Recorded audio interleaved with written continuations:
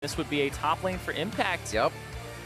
Taking a page out of Ray's book. Wow, yeah, I was going to say, this is more Ray. The Jarvan Renekton is what you get with that play, but now Impact is going to start bringing out some more damage dealers of his old days. And we'll see what he does in the top lane now. Sneaky back on the Kennen, and Ivern in the jungle for Contractz. See what FOX has to end things up here. Yeah, but now they have the Jarvan Orianna combination to actually jump in and have a wombo combo shockwave.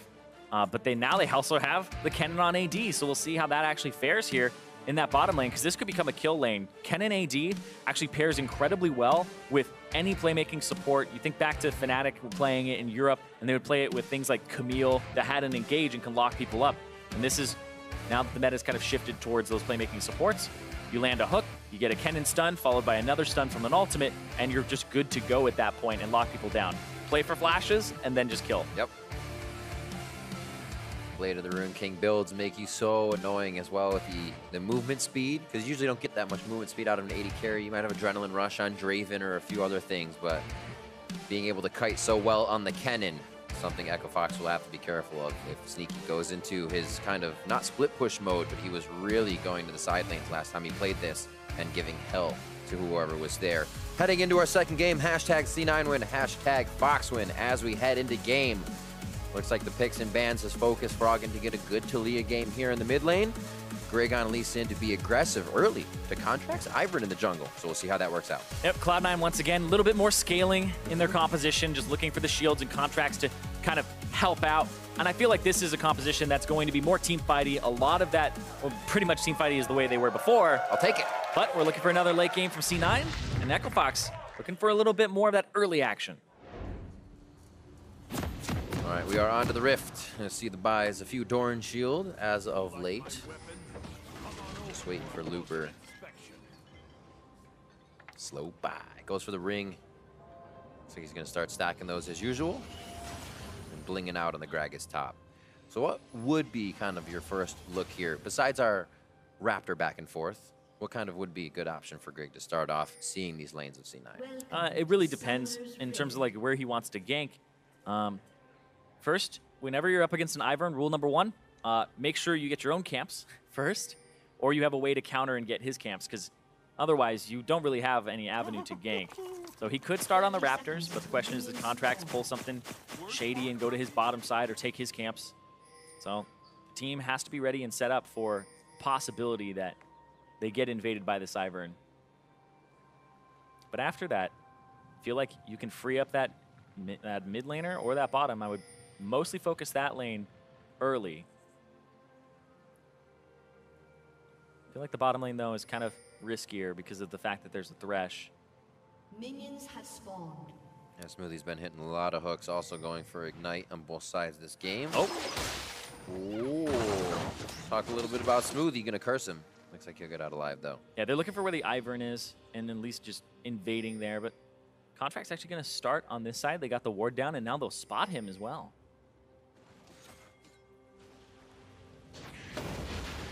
Impact in. He just needs to see it. Not even going to go for a Q or anything like that to try and steal one. And second vision on Contractz as he goes for his Raptors. Now to the top side. Oh, man. People are just smiting Raptors on Ivern now super early because of the fact that Raptors give the most experience early, and then if you kill them, they come back faster, right? Because it's the first camp you kill, and that's just worth more. And so I always just keep that number in mind of 4 minutes and 20 seconds. As dank as it is, that's when your Raptors typically respawn second if you started them. And it's good to keep in mind because that's usually where they'll try to actually go back and forth. You try to get the other person's Raptors if they started there. They'll try to get yours, etc. This is just a very tame Ivern route right now. So with Greg's knowledge of Contractz, what are you kind of thinking as you play against an Ivern as a jungler? So when you're playing against the Ivern? Yeah, when you're playing against the Ivern, just make sure, like I said, get all of your camps. Yeah. And know that he doesn't really have too much ganking power early if he can't land a root caller. And sometimes people like don't go for the invade and try to fight him risk, but it's always look at the lane. Does it matter if the Ivern shows up? How big is the skirmish potential? Like if he shows up bottom, it's huge. Shows up mid, it's not that big of a deal. But if you 2v2 top, you still could probably come out on top very early in the game. Okay. probably feeling pretty good about his situation right now. End up on the bot side. And it looks like he might actually get this wave to bounce if he's fast enough off blue and not doing Gromp. It'll actually stay as Sneaky doesn't let it get to the turret. So they have a really nice place to farm here. Contractz going for the invade on the Krugs, but this was actually done by Grig, which is a little strange. You don't expect that type of route for them to clear Raptors red and then go to their Krugs, clear that, which takes so much time, and then go to the other side of the map. That actually seems like, for a Lee Sin route, one that's very passive, not looking to be active in the early game, but instead just trying to keep his lane safe and also just be level 4. And as we watch this early game, we got a chat with Anero as Zale was able to speak to him about game 1 and Grig on the team. Yeah, so I did just talk to Echo Fox's coach. They talked about game 1 not being able to close out because they didn't really have enough practice in the 1-3-1. They've said in scrims, you know, normally when they're able to get those inhibitors, teams kind of roll over, they forfeit, and they're able to close that out. So that's something they're going to be working on going forward. And as far as Grig over Akaadian, he thinks that they have different strengths and weaknesses. They want to get him to practice early in the season, you know, so that they have him prepared for later in that season when they can really make use of him. Back to you guys. All right, thank you very much, Zale. And we see that it kind of came into that position where we saw Fox go in. They got a little too strong on just diving where they thought other teams would fall over on that inhibitor. Yep. And C9 fought back a little harder. That's why there's always a constant battle in scrims to, you know, close the game out, not forfeit when you think it's GG. When it's really GG, Yeah. that's when it's okay, but that's a situation where, like you said, people would want to save time and instead of spending 20+ minutes trying to defend their Nexus, they've been like, we could get another game in this time. So time is very precious in the days of the pros, trying to get as much practice in as possible, especially in that early game. Always remember one game, CLG versus Legion. I think it was an IPL game back in the day. 70 minutes. That was the case. Hey, look, Contractz gets hit here. First blood possibly. Ooh, gets himself out as he actually takes the root caller in. Just for the last hit, he's going to not go down to save himself. Jensen is not able to pick up the kill before they come up with first blood. And now Grig's trying to get out. Impact comes in strong. Gets that Marshall Hayden's attack damage down, and he is able to come up with a kill for himself. Yeah, like I was saying, as the person who's playing against Ivern, you just look at the lanes and say, if he shows up here, how bad is it? Shows up mid, that's the one I was saying, you know, yeah. It's not that bad. He's shielding an Orianna, not something like a Kennen that gets all those autos and stacks fervors, etc. And so he ends up making the right move, showing up, but get first blood, and he gives one back. We'll see again here. Quite a back and forth for Contractz wanting to stay as well. Yeah, they saw each other, right? Grig saw Contractz, Contractz saw Grig, and they just Let's party. went back and forth, and then goes in. Shields out instead of going in.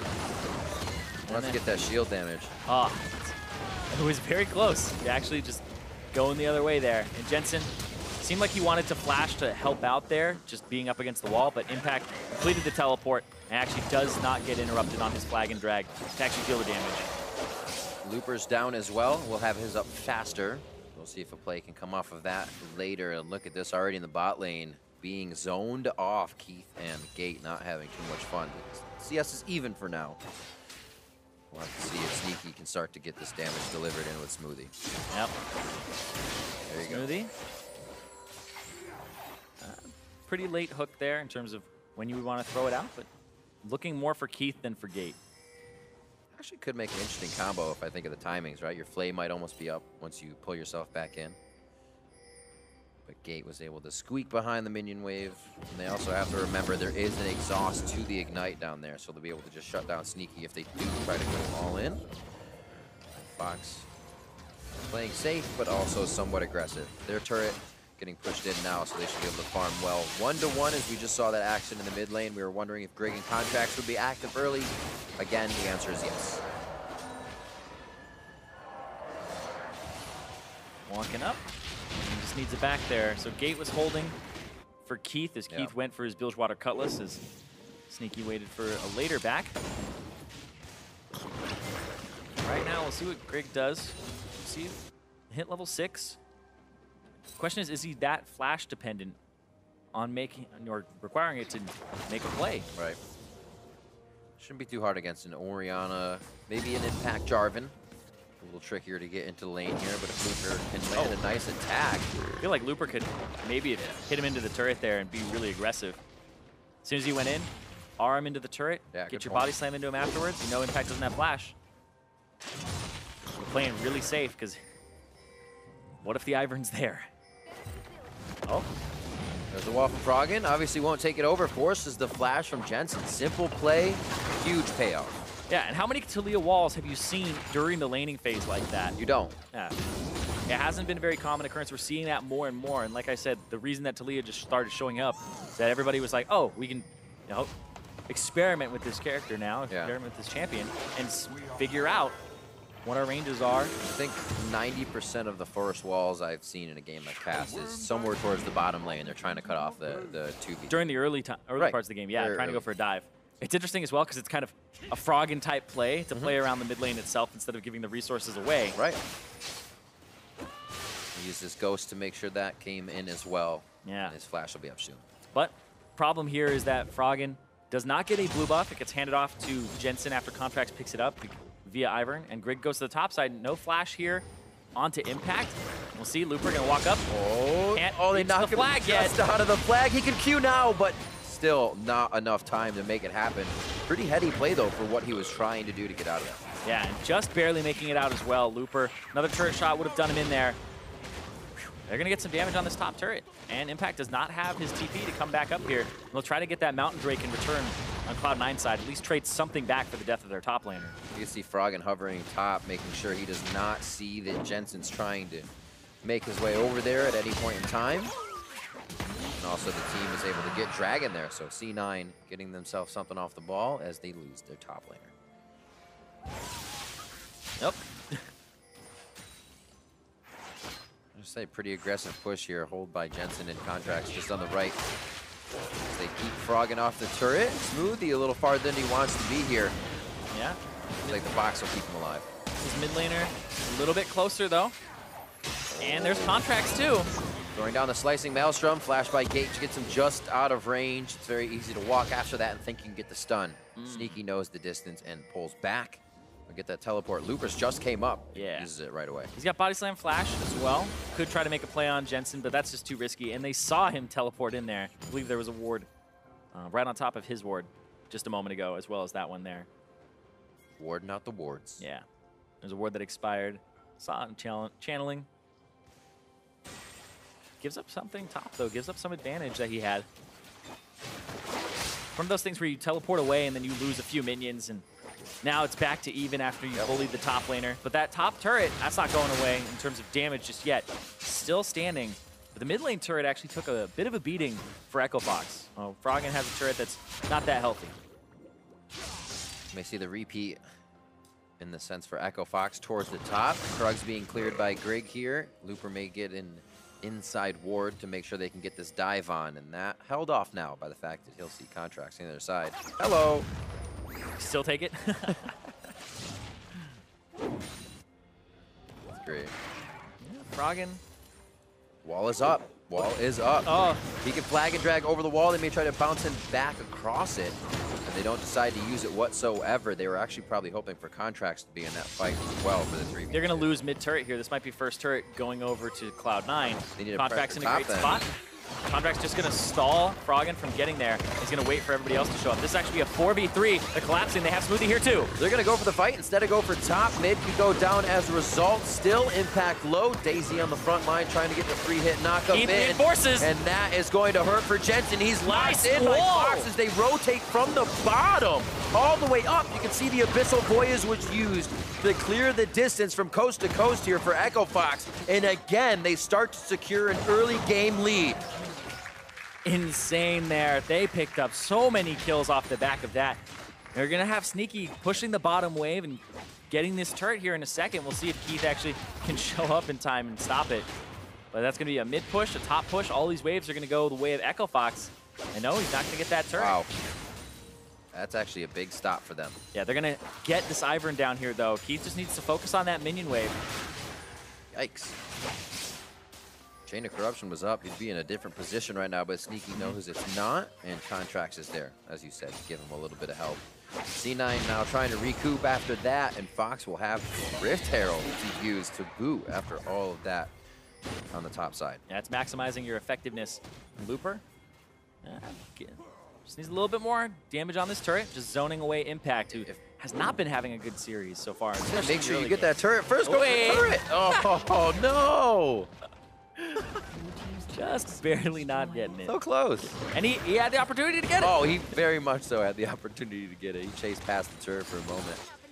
Oh, well, it's the little things. Impact did the right thing as well. He actually 23. backed off because he didn't know where Grig was, and their control wards inside of the river really shroud where Grig was. And last thing that he saw was Rift Herald got taken. But this here, Yeah, here's the fight again. this is Tahm Kench really helping out, because what happens is in the minimap, Gate waits for Keith, and then he picks him up, and they Abyssal Voyage themselves in, and this then becomes, right now it's a 4v3, but it becomes a 5v4, and now Cloud9 get turned on.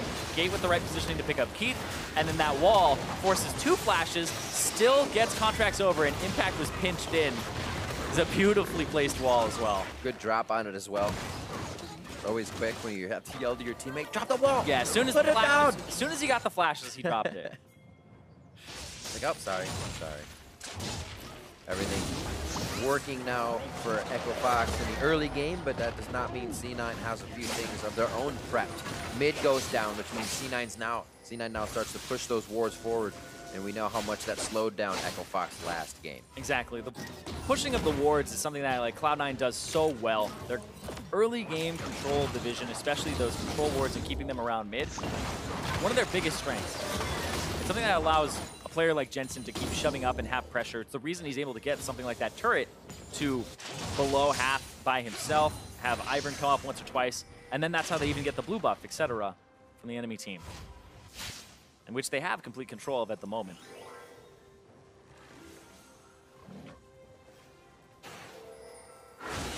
Keith was going to take a hold of top side, but he has no wave to push for the moment, so Echo Fox is kind of left wondering for the moment. Set up some wards to keep himself safe. A little dangerous play by Keith there, actually walking into the river, but he is safe.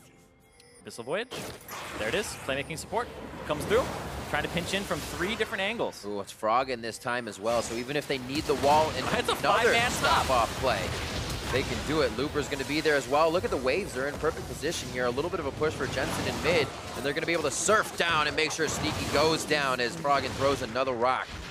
And they're going to go ahead and clean up mid lane. Yeah, good from Jensen to push out the mid lane. You have to clean that up, but the Mountain Drake is really the prize here for Echo Fox. Want to go push towards that and have a fight. The numbers advantage here. Grig does hit. Boom! Kicks him back.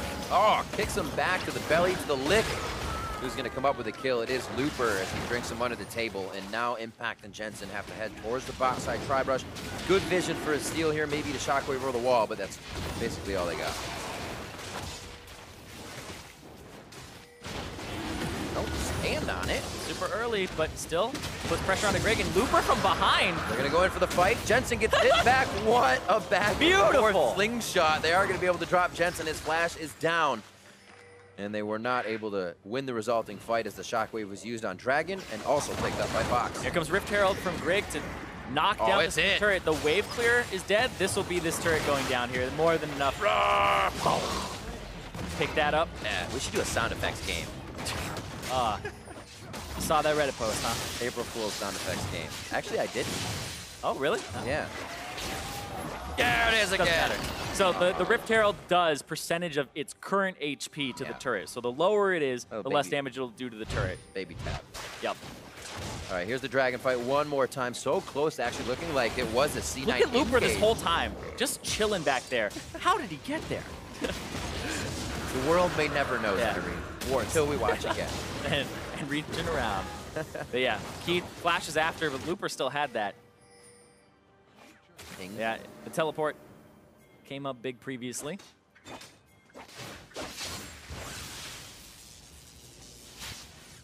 He was able to go to the top side of the map, and then he just came down and walked all the way through. Yeah. Looper, sneaky Batman. Nobody expects that. No. The Gragas just from the back bush. Quick, agile. Yeah. over walls. He's nimble for his size, for sure. Absolutely, while carrying a gigantic 50-gallon barrel. Seeing the way that C9 played their game yesterday, when they were down in kills, they actually kept it that way. It was about 4-1, but they were able to drop turrets all the way to the second tier and start playing around the map. Here, I don't even think they have that option towards the top side, but Fox is focusing all of their members so fast at one time to one lane. They're able to drop these turrets and then get more after that. Yeah, this composition is built around tempo and out-rotating you. They have the Tahm Kench for Abyssal Void. They have the Taliyah wall to just go straight down to the bottom, and they're going to get the tier 2 turret here. They have a Mountain Drake. Taliyah could easily wall them off if they even got close to getting there, but he's just going to go back to pushing mid-wave so that they have priority there too. And Echo Fox are just playing this as pretty much a forceful game to get objectives. I mean, you have Gate and Looper, Tahm Kench and a Gragas in front of the turret every time. You have no chance to step forward. You're going to get devoured or knocked back into a position you don't want to be. Being able to displace another team, I wouldn't say it's underrated, but underused in a highly good fashion. You hear C9 respecting it quite a bit. I definitely have to talk about the fact that Grig is having a much better game already. 3-1-4 on this Lee Sin, the highest skill participation on his team. And the early game has really been him kind of visiting almost everywhere, or the fight's coming to him. Gate, all right. Caught out, and now they get to see this turret, so you actually give up a tier 2 off of that. Gonna wall them in, see who he can get. Lantern, though, Contractz. I mean, Daisy's doing all the work right now. He doesn't mind too much. Gonna start taking the turret, however. And this is not gonna be good for Contractz. He goes down. Even the redemption comes in with the shockwave after. Looper not taking too much. It's 7 seconds for Gate, so this could be a follow-up fight here. 15 seconds for home guard to come in. So he'll be walking off the fountain slow. I take that fight back. Yeah, they just had to go back down to bottom lane because Looper was getting pushed in and went mid to make that play happen and get Contractz flash and kill him. Whereas Impact was just shoving, making sure that that wave was up against the turret. They thought they saw an opportunity, but look at this, the TP to the top side. Contractz is dead, they have no smite. They know that. But they see Keith. Oh! He just logged back into Froggen. it. Devours him up. Froggen's going to be safe. He can get a flash out if he needs to, but also deliver a bit more damage. Boy, this Looking is... for Contractz in base. It's not going to be a smite fight. Did It's going to be an all-out fight. Slicing Maelstrom. Remember, it's a stun bot coming in from Sneaky, but the damage is still there from the team in the follow-up as Cloud9 wipes Fox at Baron. Froggen and Gate weren't even able to enter the fight to help their teammates. Echo Fox felt like they could take that Baron. They give up their position on the Scuttle Crab. They get caught out. And the big thing there is they also thought that because Jensen had used Shockwave, they are at no risk inside of the pit. But they're definitely at risk inside the pit. It's a Baron at 20 minutes. It does so much damage. And now Cloud9 are in the lead after that almost abysmal or horrible early game that had been dealt to them by Echo Fox. Set themselves up very well, but are also good at getting ahead of themselves on the side of Echo Fox when it comes to these quick plays that they try and make. It seems so good, and like you said, that Scuttle Shrine of Vision was really able to give them out. The fight coming in, a lot of them taking damage from Baron. Is Sneaky able to stay back? And then you go back, Maelstrom? and it's the back spikes, and you don't have really your tank as the frontliner. He's tanking Baron, so you still do damage to it. And then they just obliterate him. A little bit of a reset here. C9 feeling good with Baron as Echo Fox is looking to get the waves up as far as they can before C9 gets a hold of them here. Blue buff ready to be taken if necessary. They just got a ping on that from the side of C9. And Froggen with Gate this time. Can't do a solo mission. Still able to do damage. Just trying to get those picks in like he did for Blanc last game, but it's nothing like the same. Yeah, looking for their second Mountain Drake here. Looper, though, they try to zone. Looks like a mid lane call. These are Baron buffed up minions. This is not a scenario that you usually run into a whole bunch where the other team has Baron. You have inside track on Drake because they're just going to push this to the turret. Screw having that second Drake. They're going to push you up, maybe get your turret, and then they'll have inside track onto the Mountain Drake. Abyssal Voyage back for Gate, not going to be able to help this turret. Even Fox has to watch it go down, playing parallel to their own base now with C9. And they're trying to make sure C9 can't get out. There's the Chain of Corruption's gonna lock on to 3 members. Inhibitor does go down. Impact onto Looper so he can get himself out. Just jumping and dodging the fight more than trying to really initiate. A good wall from the backside by Froggen. He's coming in at 4-0 to do the damage and shut down immediately by Sneaky with both summoners going down as well. C9 is organizing themselves around this fight and orchestrating beautifully. 8.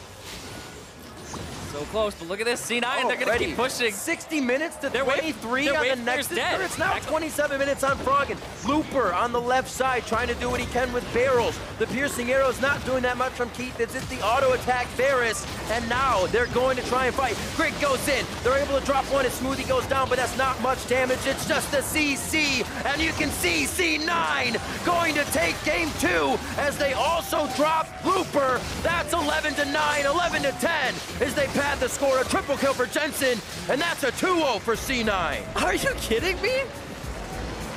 From an hour-plus long game to 23 minutes? That was an absurd comeback from Cloud9. They end the game with Baron still on them after the throw from Echo Fox, and you got to be stunned after that one. Okay.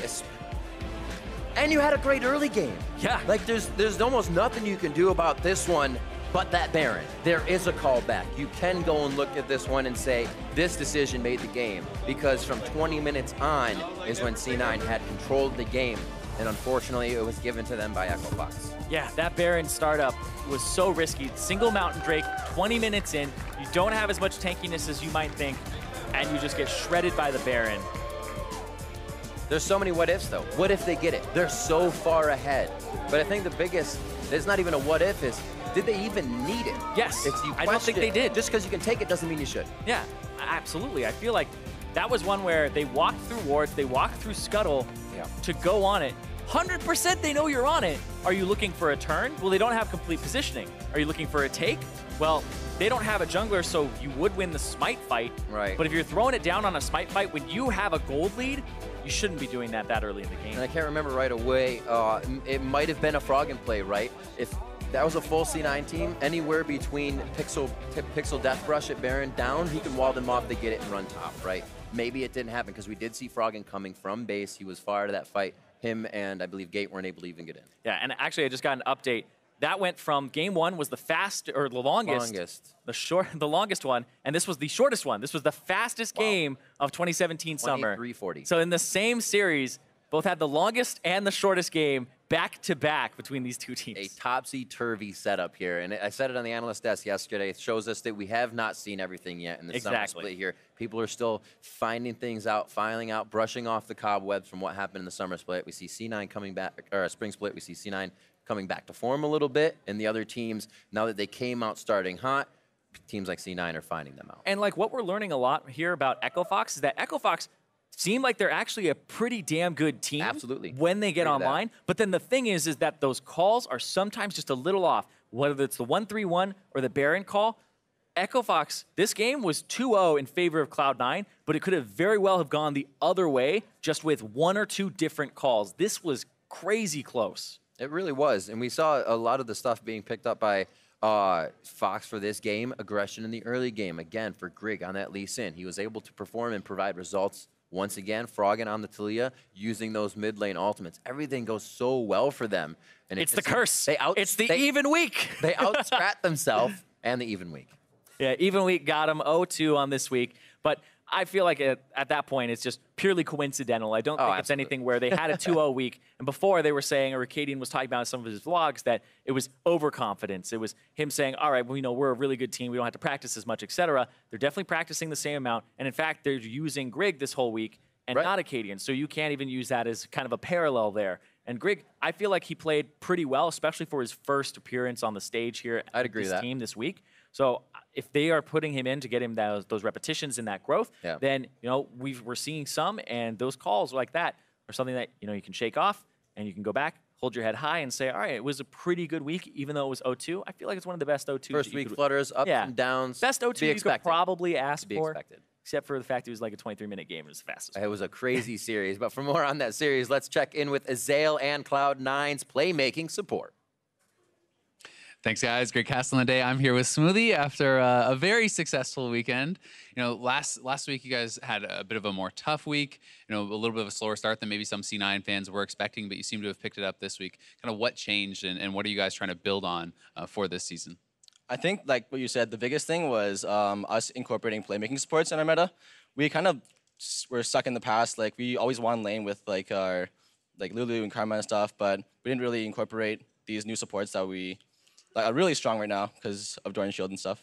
So how do you feel about the playmaking supports? You know, we talked a little bit last year about kind of like the MVP race and how it's hard for supports to win player of the game and MVP and everything with these passive supports. Now that all the playmaking supports are in there, what do you think about them? And are you gonna get MVP this time?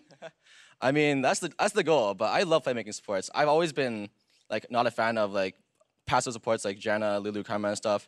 But I've always just spammed like, you know, like the playmaking supports like Bard, Thresh, and solo queue, and it's really like I love this meta a lot because it's really fun for me. Any thoughts on the Sejuani support? Are we gonna see you bust that out sometime? I mean, it didn't really do anything in the game one, so I don't think I'll be playing that. But yeah, I like that diversity for sure. All right, so no Sejuani for you. You know, speaking a little bit about this series, you know, game one was pretty insane, a crazy long game. You know, a lot of that obviously comes down to like shot calling, deciding who's going to go where, who's going to defend the split push, who's going to kind of like push out, and how do you guys manage that? Like, you know, you talk about being a shot caller in the team. Is it you making a lot of those decisions in the late game, or how's the team really managing that base defense in game one? Well, definitely not. It's not me that's doing everything. Like, of course, everyone has their own voice. That first game, we made a lot of mistakes, and that led to us being like pressured by split pushers 24/7. So that was just our bad, of course. But yeah, everyone has a part in like that kind of shot calling because, you know, they know how strong they are. We're like, we just know the limits pretty well. Cool. Well, team effort. Congrats on the great weekend, and we'll see you back next week. We're gonna hand it over to the guys at the desk. Thank you very much. I'm a guy at the desk. You're a guy at the desk. We are two guys at the desk. It's time to talk about Cloud9 winning 2-0. What? Huh? I didn't hear what you said, but that's okay. Wonderful. So yeah, Cloud9 2-0 in, as Zirene mentioned, the slowest and fastest games, respectively, of the split so far. And I gotta say, I mean, Cloud9 can win long games from behind. They can win fast games from behind. What can't Cloud9 do? Great versatility out of this team. Apparently, the only thing they can't do is get a lead in this series. They tried game one. They almost got it before falling behind. This time, they just gave up the lead right away. And the faster they give up the lead, the faster they can come back, so they win very quickly. All right, good. So that's why they lost their first two matches. Now they can just reverse sweep the LCS and make it to Worlds at the end of it all. So let's talk about how this game broke down, because, again, very fast one that Echo Fox got off to an amazing start with. Yeah, I think it's actually, you know, something that's a credit to them is how they're able to constantly get these kind of leads. We see a couple early fights that go their way. Contractz, he had a couple mistakes. There was that one fight where he kind of took his root caller back in instead of running back up to the Jarvan, who had priority in his lane. So that kind of led to this scrappy 1v1. And then they were able to get a big fight off in the top river again, showing that they know how to use their ultimates very well. Yeah, so first replay up for us is 12 minutes into this one. Echo Fox getting a 3-0 in the river, and again, there's going to be a lot of these at the beginning of Echo Fox winning. So this time, this is not the play scenario where he didn't mean to take the root caller. This looks like a good fight for C9. I understand they think they have these guys surrounded, and they're going to get in there quickly. Smoothie's also moving up, so they think they have this 4-for-3. But Tahm Kench is able to bring the AD carry in, making it a 4v5, and then a great wall off by Taliyah, trapping in multiple members of C9, forcing their flashes to get over the wall, breaks it down so his team can just run through it, save their flashes for the actual chase down, and they're able to win this fight extremely quickly, as you see Sneaky just kind of stuck on the bot side trying to push up as best he can.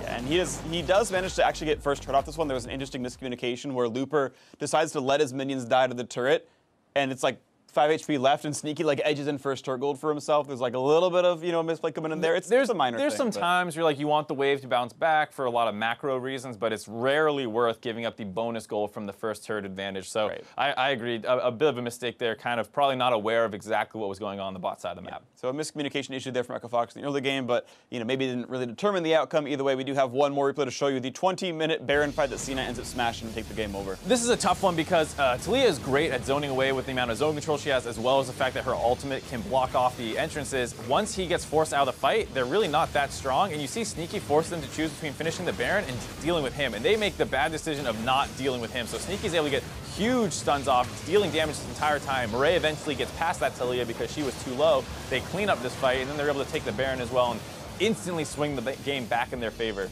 At this point, it's still like 5 to 10 in kills. They're like pushing into the mid lane for the Nexus kill. You can see just that incredibly sharp gold graph right there.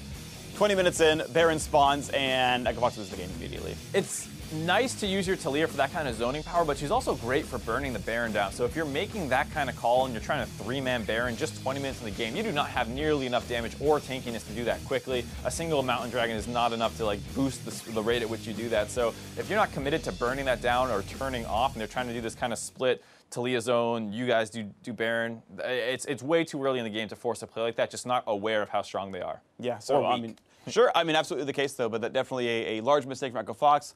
And again, it's them not, I guess, knowing how to play with their lead properly. EpicSkillshot, like, they have the tools, and it seems similar to FlyQuest, where just, all right, we've got the lead, we are in control of the game, and wow, what do I do with all this gold that I have right here? It's just slipping out my fingers, and, you know, you'd hope they could save it in a vault like Scrooge McDuck, but, you know, they get it stolen from them all the time. It's a situation where last game there were definitely instances where they were not proactive enough, and they should have pushed their leads harder. There's that example of the 5v3 after they lost the Baron. This time around it feels like, okay, we have the lead, let's be proactive and really aggressive. Let's force a Baron at 21 minutes without a real advantage other than our gold. And you see that it's just not the case where you can really do that safely, especially if you're not going to play it well. Yeah, absolutely the case. So misplays out there from EpicSkillshot. Good capitalization by Cloud9. Speaking of capitalization, POG, player of the game, sneaky in the bot lane there. He is undefeated on his bot lane, Kennen. I think he was like 8 KDA with 0 deaths the first time around, so now he's added another 8 KDA to the mix right here, doing very well in the champion. 1 death total in the bot lane there. But yeah, game-winning Baron fight, obviously. Him going in, front lining seemed to work well for him, and I think deserved. Definitely a man mode kind of play, as well as after that played pretty well. The last team fight was able to finish off Froggen, who was trying to flank with the help of his team. So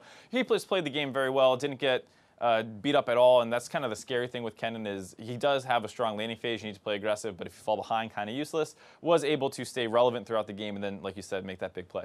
Yeah, so Cloud9 going to go into week 3 now at a 2-2 record. EpicSkillshot actually in the same boat. Of course, they took different trajectories to get there, but neither is the sky falling for Cloud9, nor is EpicSkillshot the best team in the world. They were undefeated in games, and there was like some almost fake hype for them coming in, but down to earth kind of for both these squads, and we'll see. As Smoothie was mentioning, change the champ pools up, hoping to play some better League of Legends. I think it's a good thing for C9 as well. They struggled with some of that early game proactiveness, the fact that you now have one of your most vocal members on a playmaker somewhere other than mid lane, because previously it was basically Contractz and Jensen trying to make plays. We've seen that in this series. It doesn't always work. Grigne and Froggen were able to match up pretty well against them, but as the team synergy part of the game started happening, obviously in C9's favor. Yeah, absolutely. So 2-0 for Cloud9, and now that concludes our first series of the day on the stream, but you don't want to miss the next one.